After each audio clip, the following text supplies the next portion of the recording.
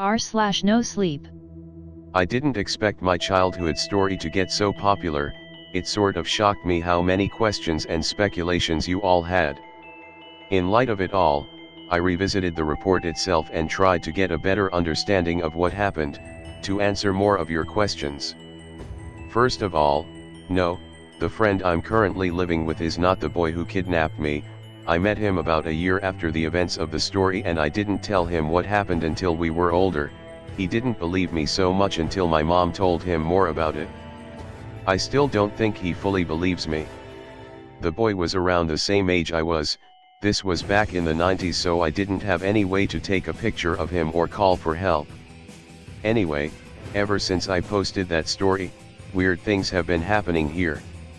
I also post on r/paranormal about things that I see, but lately they've been getting freaky and more consistent. I can't sleep in my room anymore.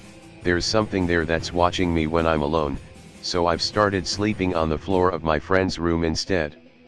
Maybe it's just nerves acting up from having to relive the events while writing my experience, but either way, it's been pretty awful.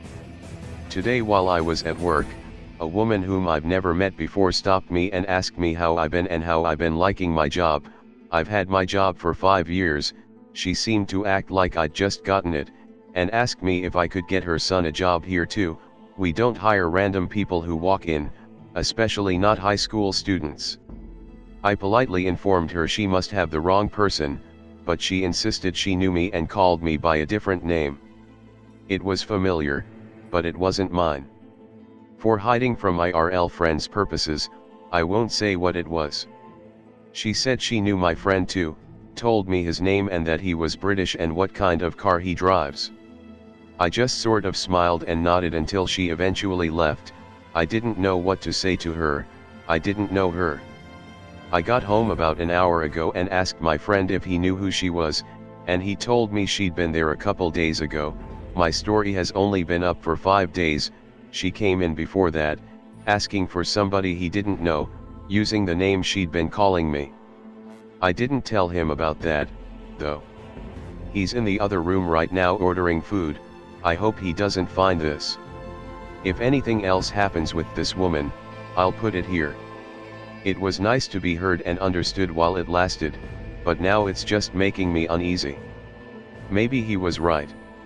I should never have posted my experience for people to see. If things keep happening, I think I'm going to go quiet on here for a while, in case it's someone from here trying to mess with me. Thanks to all of you for taking an interest in my story. I'm sharing our story simply because it is quite the story to share. We aren't shy, FIA and me. I'm open about our relationship with both family and friends, though some people haven't taken it well, like my friend Alex who thinks I'm freaking nuts. I was 26 and finally able to afford an apartment by myself. I had lived with roommates for most of my 20s and was very ready to be alone. A year passed by and I got more than my fill of that. My routine of existence felt very procedural and repetitious. Something was missing and I wasn't exactly oblivious as to what it might be. I've never considered myself to be an attractive guy. There's a lot of things that will remind you of that reality when you're a person like me. For instance, I've never had a girlfriend. I've never even kissed a girl, to be completely honest. The longer this went on, the harder it became to remedy as I got older. Loneliness was weighing on me after that first year ticked past. I had been sitting in my living room that day I first met her. I was something of a hermit, you see, and hadn't ever met the people in my neighboring apartments. I had been listening to the ceiling fan as it slowly rotated while scrolling through my phone, when I heard a quiet noise from close by.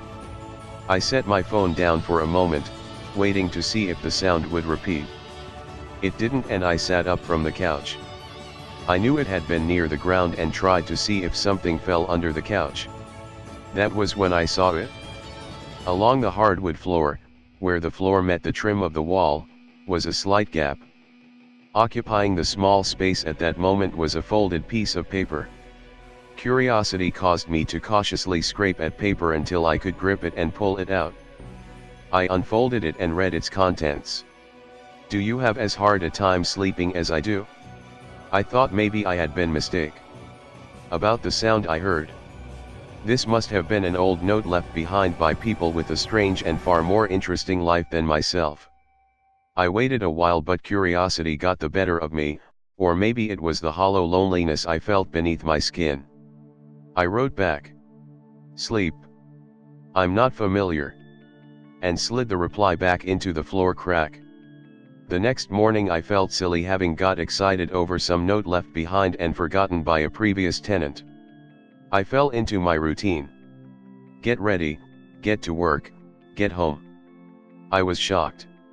I set my laptop bag down and hunched down on the floor, pulling out the reply letter. "You're funny. I never hear much laughter over there, for such a jokester, I mean." I laughed, both in shock and in appreciation for the jab she made. Her handwriting was a dead giveaway, only girls had handwriting so naturally wispy and clean. Ouch. "You're pretty quiet yourself, wasn't even sure if I had neighbors at all." I waited until the following morning before rushing back to the slot. "You do. My name's FIA. Nice to meet you, FIA.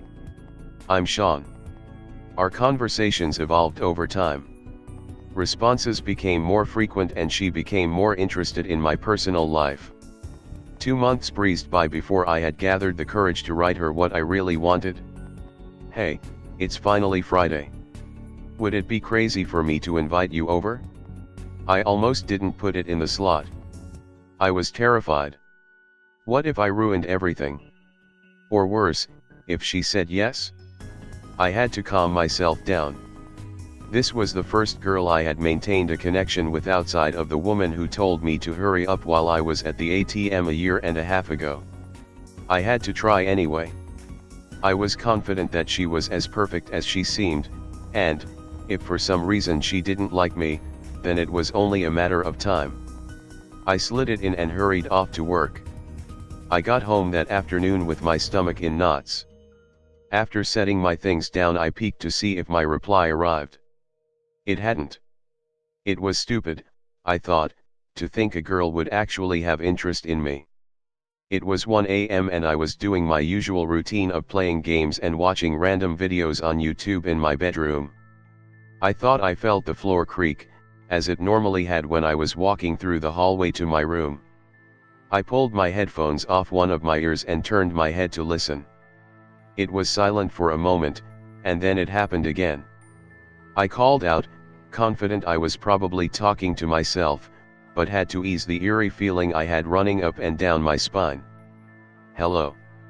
The temperature dropped slightly the first time that I saw her. Nothing but a faint shadow as she entered my bedroom cautiously. I admit that I was afraid that night. Any sane person would be. The way she said my name is what finally put my nerves at ease. Sean." Her voice was so innocent and nervous, it couldn't have been more assuring that she wasn't a threat in the slightest. I took my headphones off and set them on my desk. "FIA. I can leave, if this is too much, I mean." The reality of what was happening set in, but I still didn't feel fear. I stood up slowly and approached the darkness, my hand extended toward her. It was like a cold static, at first. We held hands for at least a full minute, and then it happened. I felt her. Not the cold air or the electricity her presence emitted, but the real her. Flesh, like any living person. It is not the length of life, but the depth of life that matters. My dad used to say that all the time, right until his death. It is crazy, right, how someone who used to be a huge part of your life can be gone in just a second. After the funeral I sat near his grave, thinking that death is the most fearful thing and I would do anything to avoid. And anything is what I did. Researching occult was at first just a hobby, call it a coping mechanism if you will, then it slowly tainted into an obsession. I kept going deeper, and deeper until I hit that one perfect piece of deprivation. It was a guide, a manual if you will, that I came across. It talked about how to call upon a visage of death to make a deal with. The instructions were simple. You had to find a newborn rabbit, born in the darkness of February 29th. Flay it alive on a grave, and no, I didn't do this on my father's grave, suspend it with a hook and let it drip in a bowl made of the wood of a dead live oak. The bowl would act like mobile and I could talk through it. I guess I did the ritual at 2 a.m. Can't really remember. Drove over to the local cemetery with a machete and a rabbit in tow. Found a random grave before I gave the little furry a blow in the gut and the blood started to drip. As the blood continued to drip into the bowl, I sat there thoughtless waiting. Suddenly the blood in the bowl started to boil as if on fire and I heard this intangible growling, a sharp genderless tone. It didn't say anything or speak a human language, it just communicated and I understood. What do you want? I want to live forever. What are you willing to give? Everything. The bowl exploded as I blacked out. I woke up in the hallway of my home. I went back into my room and sat at the foot of my bed, not sure if anything had changed. Took a quick shower, sat at the dining table eating the dishes that I had cooked last night. As I sat there playing with my spoon thinking about what had just happened, I noticed something and it was so subtle that I didn't think anything was wrong with it. I saw that everything was dark outside my window and it was night after all. But then it struck me, today was a full moon, so there must be a little bit of lighting out there. I dismissed everything as bullshit at that point. Went to sleep. Woke up after some hours, drew the shades of my bedroom window, it was still dark outside. Looked over to the balcony and I saw the same scenario. I didn't run out of my balcony though, I was scared. I tried to switch on the lights of the balcony but they never turned on. That bloody thing banished me. I don't know where I am but I have started to notice things. I don't feel hunger anymore, my beard won't grow like I am in stasis, no need to cut my nails and no need to do anything basically. There is no electricity in my house anymore and all the battery of my equipments is bound to die sooner or later. Tried calling on the police but they cannot trace me and think that I am a hacker pranking them or something. I tried to stab myself but the knife just broke off. I don't even know what to type anymore. I guess I understand now though.